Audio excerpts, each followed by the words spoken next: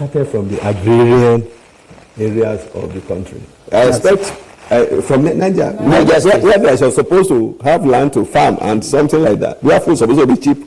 It's supposed to have started from commercial centers like Lagos, like Port Harcourt, like Ibadan, like Abuja. He did it, he started from, so people started saying that it must have political undertone. It is possible that it has political undertone. It is also possible that this insecurity has political undertone. But apart from political undertone, it is that from experience we have seen that when a new government comes in, everybody keeps quiet and they study the template of the government.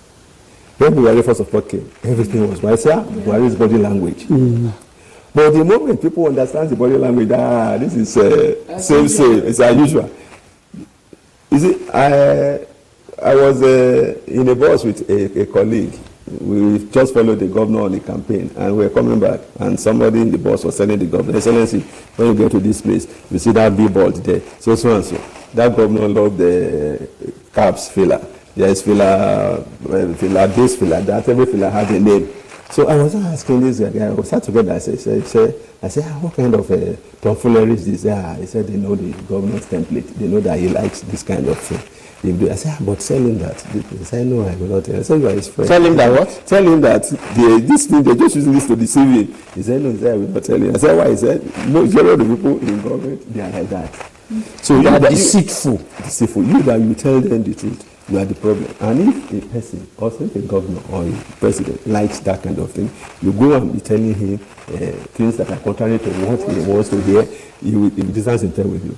So people like to watch a government, when a government first comes in, to see the template of that government. Whether this is going to be government different from what we are used to, or is government as usual. So they have given Tinubu 6 months. They have seen his template. They have watched. They have seen the people he has appointed into government. They have seen that they are still same most of the time. They have seen the activities of people he has appointed to government. Who are the days? We were one of them. Go to National Assembly, you see the leadership of National Assembly. Go to some of the presidential aides, you have seen them. And they have seen corruption. They have begun to see corruption. They have seen that, this government is the same. So they have seen that it is same. And then, apart from that, they have changed service chiefs, but have they given them the resources that they need to fight this, to fight the insurgency, to fight insecurity? And then, can the security chiefs change all the soldiers? Don't you know among the soldiers we have had Boko Haram people have been recruited into them? Don't you know that among the soldiers, among the people who are fighting the insurgency, they themselves are the ones giving information? They are the ones that may not be arrested. They are the ones that giving ammunition. They are the ones giving information. Can they change the local people that they are the ones supplying information that they are running errands for these insurgents? So when they see that everything, their structures are still intact, it has not changed. Nothing has changed. The people that supply the information in the military are still there. The people that give them ammunition, they are still there. And then they will go back to their business, and they have not seen any change in society. Let me come in here. You know that during former President Buhari's time, yes, people kept saying that why don't they deploy technology, yes, to the fight against insecurity? Yes. But it was all talk. You know, technology wasn't deployed. Yes. But recently, the people who were freed in Abuja, I think about 2 weeks ago, yes, technology was used yes, because they said the drone was used to scan a particular area, yes, where they saw them and were able to rescue those people. Yeah. So don't you think that this administration is going out of, is actually doing something new outside what it used to be? Yes, you see, technology, we have always said, use technology. But what kind of technology? Do we manufacture the technology here? You are going to get the technology from outside, and it's going to take time. Before you apply for drones, they don't just build drones and put drones there. Not just these ones that they know. Military drones, before they build, you have to place orders for it. Military equipment, most of the time you place orders. You state your specifics, and then they will now go and begin to make business. And some of these military equipment, you can't get them without the government of those countries approving. You see, the other time Buhari wanted to buy some fighter jets. The American government has to approve before it can be bought. That's to Kano. Yeah, that is the problem. So they are trying. And then in Nigeria too, the federal government is afraid to allow the state government access to drones.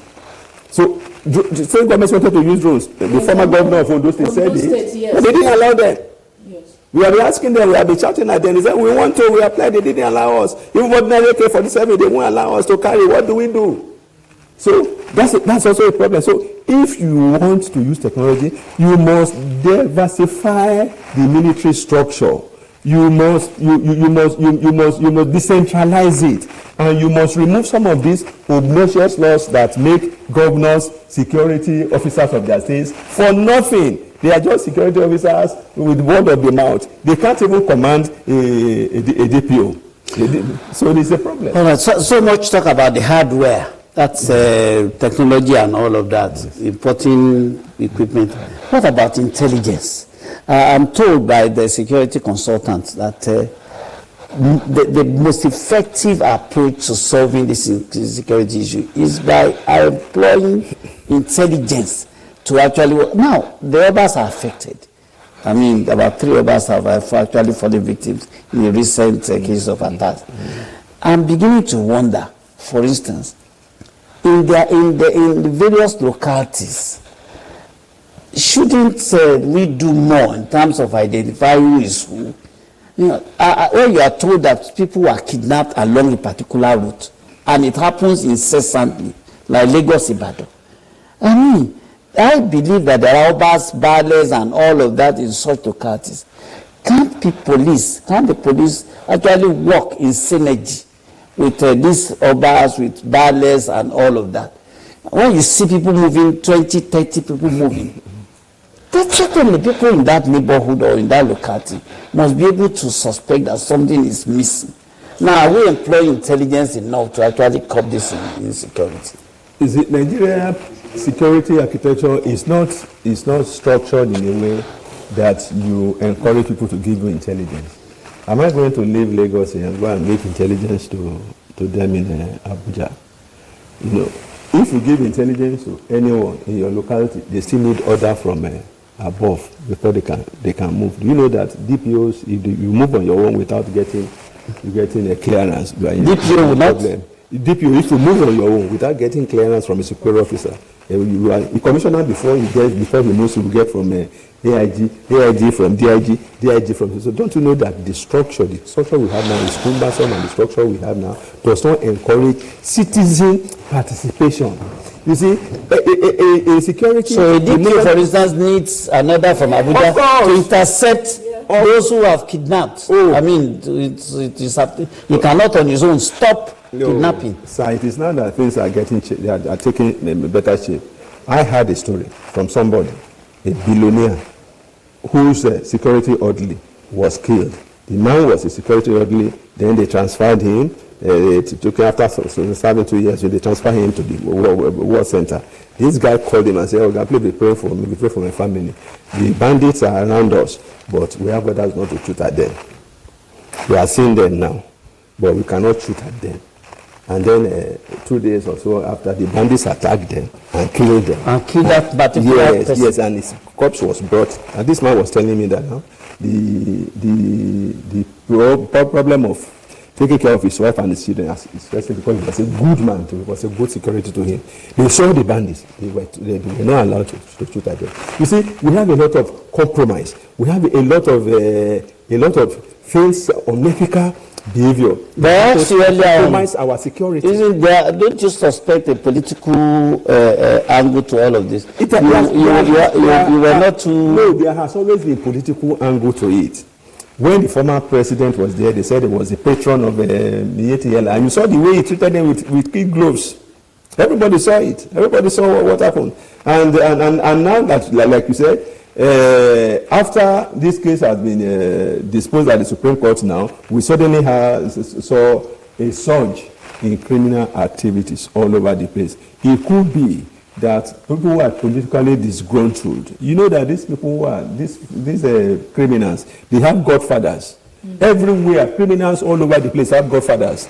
When you see a criminal on the street, don't think that he's walking alone. That they have, if you pull their string, they will pull the people. So they are always, so it's likely. But if there is, it won't be a novel thing, it won't be a new thing, it won't be something that just started. No, it won't be something that, it's only Bala Tinubu that is directed that they are directing at. No, it has been going on. And it has been there all over the place. When Buhari was there too, there were people who were fueling insurgency because they don't like him, because they don't like the president. So you find people who will not like your policies, you find people who will not like your face, you find people who will not like certain actions you have taken against them that want to bring you down. It's normal. So everywhere. Have you seen any policy of this administration regarding this fight against insecurity that you feel will work? Will be positive? Yes. Is there any policy? Yes, they changed the service chiefs. They changed the service chiefs, and to the best of their ability, they brought people on board that a lot of people said, "Oh, these were thoroughbred professionals," and we're expecting those thoroughbred professionals to begin to work and to begin to improve on the situation. It may be that they have improved on the situation.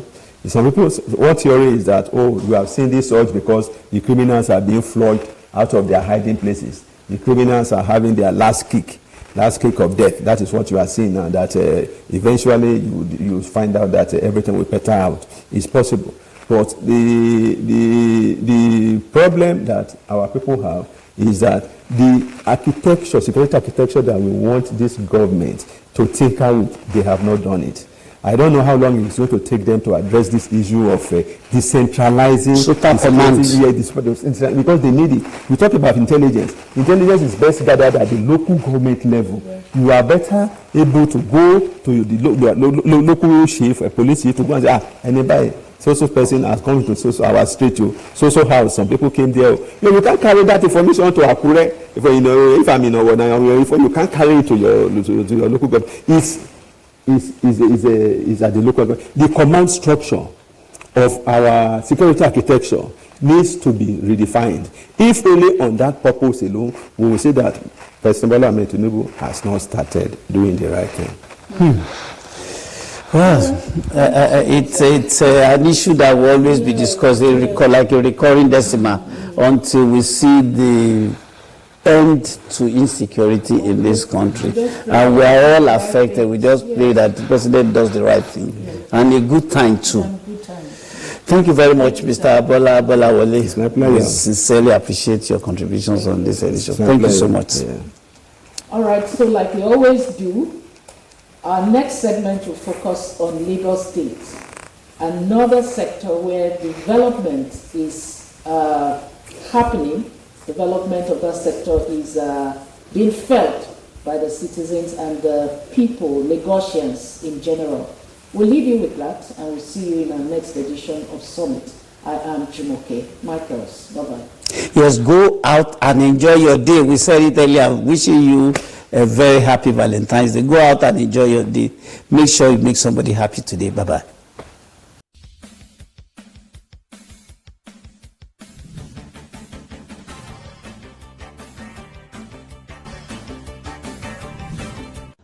The Lagos state government hit another milestone as Babajide Olusola Sanwo-Olu